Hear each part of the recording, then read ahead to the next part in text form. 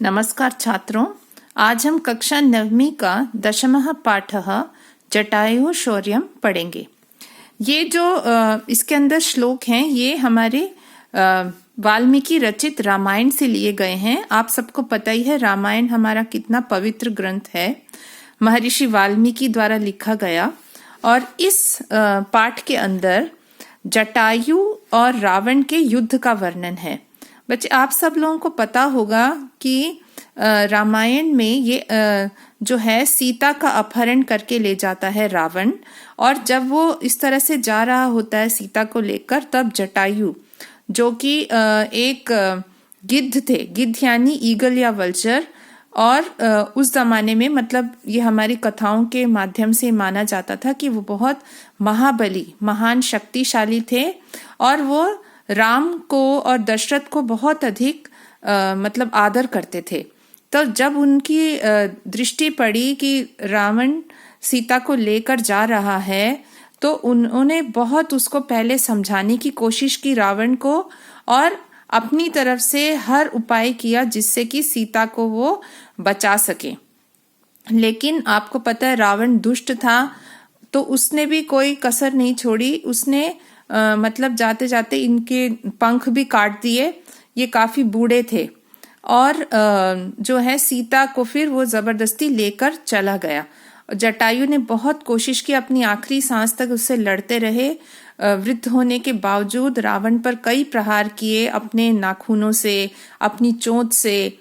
इसमें सब इस चैप्टर में उस सब का वर्णन है और किस तरह से मतलब पूरी कोशिश की कि रावण, घायल भी हो गया रावण, लेकिन फिर भी अंत में रावण ने इनके पंख काट दिए और सीता को अपहरण करके ले गया। तो वही इसमें वर्णन किया गया है। प्रस्तुतो अयं पाठ्यांशः महर्षि वाल्मीकि विरचितं रामायणम् इत्यस्य ग्रंथस्य अरण्यकांडात् समृद्धतो अस्ति। जैसे आपको बताया, महर्षि वाल्मीकि के द्वारा लिखे गए रामायण के अरण्य कांड में से लिया गया है। रामायण में 7 कांड हैं, जिसमें से अरण्य कांड, जिसमें कि राम जब वन में थे उस सब की बारे में वर्णन है। अत्र जटायु रावणयोः युद्धस्य वर्णनम अस्ति। इस पाठ में जटायु और रावण के युद्ध का वर्णन है। पक्षीराज जटायुः पंचवटी कानने विलपन्त्याः सीतायाः करुणक्रंदनम श्रुत्वा तत्र गच्छति। ये जो पक्षीराज जटायु हैं, इनको पक्षियों का राजा माना जाता था।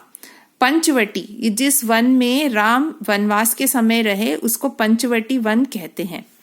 उसमें पंचवटी वन में रोती हुई सीता की करुण क्रंदन, करुण दुख से युक्त चिल्लाना सुनकर वहां जाते हैं। कौन? जटायु। सह सीतापहरणे निरतम रावणम तस्मात् निंद्य कर्मणः निवृत्त्यर्थम प्रबोधयति।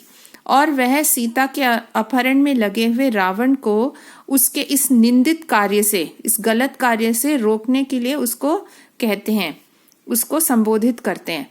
परंच अपरिवर्तित मतिः रावणः, लेकिन जो रावण है उसकी बुद्धि बदलती नहीं है, परिवर्तित नहीं होती।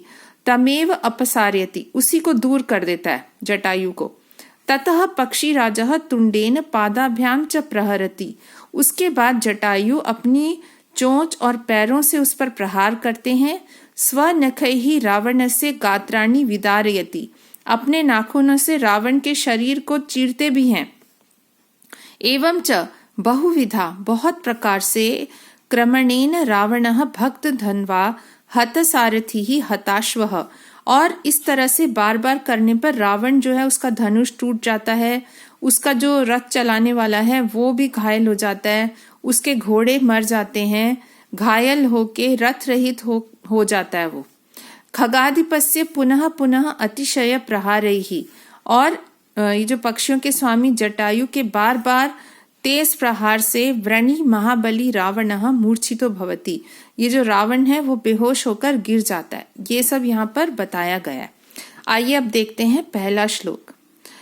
सा तदा करुणा वाचो विलपन्ति सुदुखिता वनस्पतिगतं गृद्धम ददर्श आयत लोचना।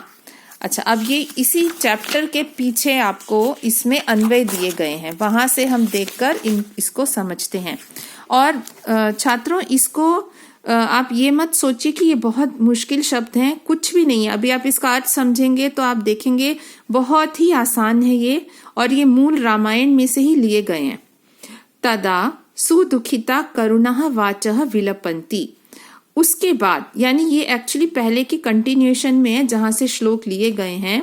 जो भी वो घटना हुई, रावण ले जा रहा है सीता को, तो क्या हुआ उसके बाद, दुखिता, वह दुखी सीता, करुणः वाचः, करुणा भरी आवाज में, दुख से भरी, वाचः यानी कि आवाज, वाणी में, विलपंती, रोती हुई, आयत लोचना, आयत यानी कि लंबी आंखों वाली, लोचना आंखों वाली, लंबे लंबे जिसके थे नेत्र।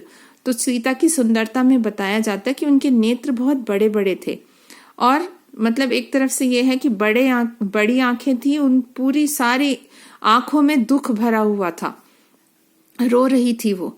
सा सीता, उस सीता ने, वनस्पति गतम गृद्धम ददर्श, वनस्पति का अर्थ होता है वृक्ष पर, वृक्ष, वनस्पति वृक्ष को कहते हैं, गतम यानी बैठे हुए, वृक्ष पर बैठे हुए, गृद्धम ददर्श, जटायु को देखा, गिद्ध को देखा।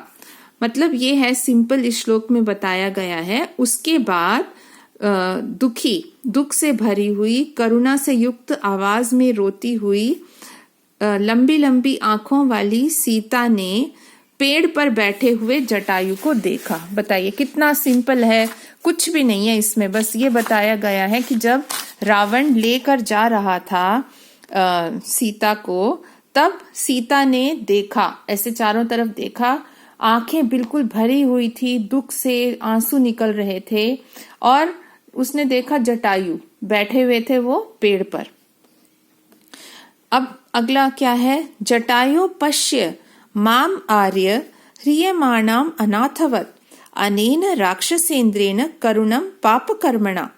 तो वो कहती है जटायु पश्य, हे जटायु, मतलब जैसे उसने देखा कि अच्छा यहाँ पर ये बैठे हुए हैं, तो कहती है हे आर्य जटायु, संबोधित करके कहती है हे आर्य जटायु, हे जटायु, अनेन पाप कर्मणा, इस पाप कर्म वाले, राक्षसेन्द्रेण, राक्षसों के राजा के द्वारा, अनाथवत ह्रियमाणाम, अनाथ के समान ले जाती हुई, मतलब मुझे अपहरण करके मैं ले जाई जा रही हूँ, मुझे, माम करुणम पश्य, मुझे, मुझ दुखियारी को देखो।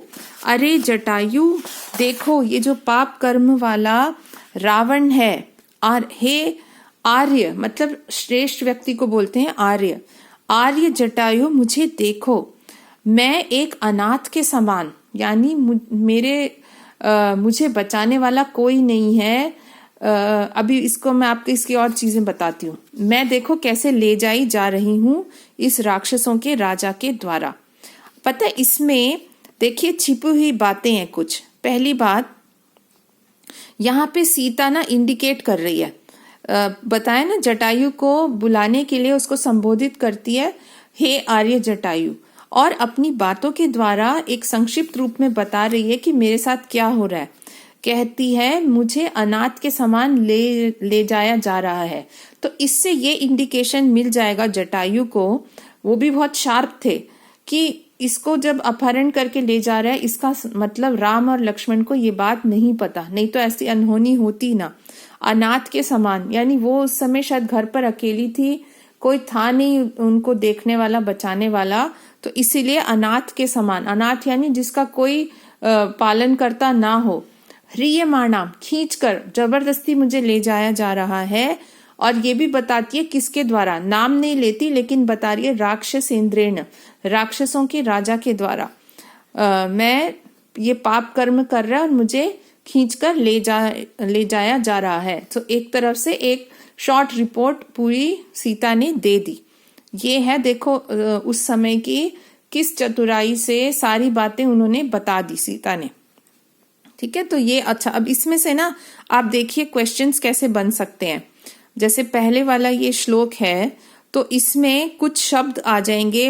अगर आपसे पूछा जाए सीता के लिए विशेषण कौन कौन से हैं, ये देखिए, आयत लोचना तो दीर्घ आंखों वाली, और सुदुखिता दुखी है, विलपंती रोती हुई, ये सारे जो शब्द हैं ये 1 2 3 ये हो गए शब्द विशेषण सीता के लिए।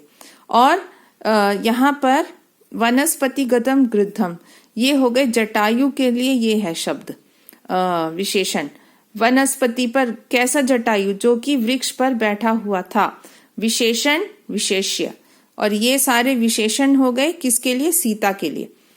तो अच्छा, अब ऐसा क्वेश्चन आ सकता है, अगर सपोज ये आपको सेंटेंस दे दिया जाए और पूछा जाए सा अस्मिन वाक्ये सा इति सर्वनाम पदम कस्यै प्रयुक्तम। कस्यै, ध्यान दीजिए ये स्त्रीलिंग शब्द है, किसके लिए प्रयुक्त हुआ है। और हो सकता है आपको चॉइस में दिया जाए सीतायै, जटायवे, रावणाय, ऐसे दिया। तो आपको कैसे आंसर करना है, क्योंकि स्त्रीलिंग शब्द है इसलिए ऑब्वियसली आंसर आएगा सीतायै।